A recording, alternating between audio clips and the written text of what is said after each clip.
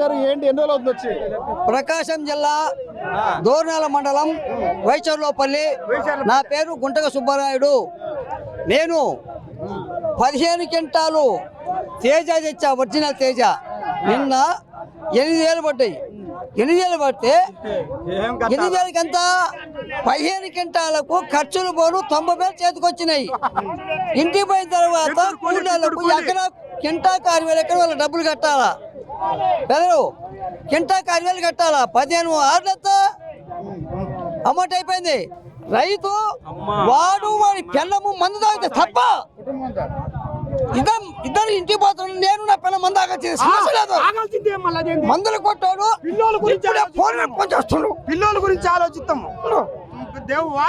మందులు కొట్టే బతుకుతున్నాం. మందులు కొట్టాలు ఫోన్ చేసి ఏమరా అమ్మిన వాళ్ళ డబ్బులు మిరగాలు అమ్మిన వాళ్ళ లేదా?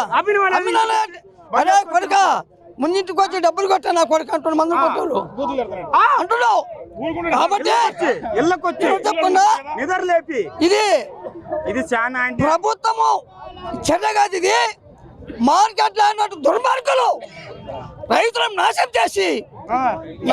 చేసి ప్రతి ఒక్క రైతు నిద్ర లేకుండా పెండ పిల్లలు లేకుండా సాగులు చేస్తే ఇవాళ రైతు అని వాడి ఇంటికి పోలీసు స్టేషన్ ఉన్నాడు. ఎన్ని రోజులు బాబాయ్ నువ్వు ఇక్కడికి వచ్చి మార్కెట్? 3 రోజులు. మొన్న ఇడ్లీ సాంబార్ తిన్నా, మొన్న ఈ రోజు ఇప్పుడు చంద్రబాబు కాబట్టి చంద్రబాబు నీకు వయసు తగ్గిపోయింది. లోకేష్ ఎప్పుడైనా లైన్లో ఉండాలంటే ఎప్పుడైనా మాకు ఈ పరిస్థితి దగ్గర కాకు. నీ తరం పోయినా నీ కొడుకు తరం వస్తుంది. ఖచ్చితంగా నీ కొడుకు తరం కానీ లైఫ్ లో బాగా చూసుకునేటట్టు చూపుడు. మొన్న జగను మాకు ఇబ్బందులు లేకుండా చేసిండు. నువ్వు వచ్చినాక మమ్మల్ని పోయి ఇబ్బంది పెడుతున్నావు. మాకు 7,000 అమ్మినాయి మిరగాయలు.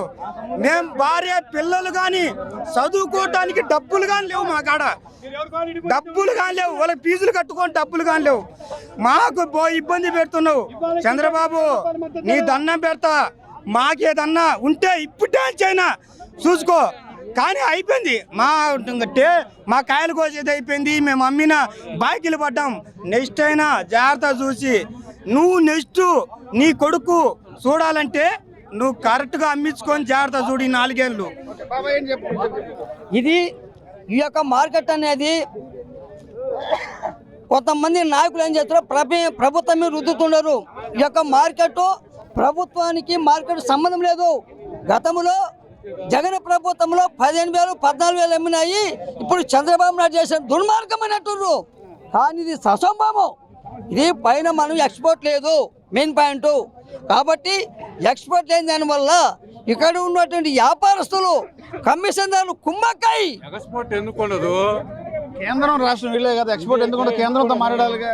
కాబట్టి ఎక్స్పోర్ట్ లేదు కాబట్టి మనకు ప్రధాని మన మీ చేతులు ఉన్నాడు కాబట్టి చంద్రబాబు నాయుడు గారు, కేంద్ర మంత్రి బెమ్మసాని చంద్రశేఖర్ గారు, డి రామనాయుడు గారు, అచ్చెన్నాయుడు వీళ్ళందరూ కలిసి మన ఆంధ్రప్రదేశ్ లో ఉన్నటువంటి వ్యవసాయ మార్కెట్ దాని గురించి కొన్ని సమస్యలు పరిష్కరించుకోవడం తప్ప మన ఇక్కడ ఉన్నటువంటి రైతులు చాలా అన్యాయంగా ప్రవర్తిస్తుండ్రు.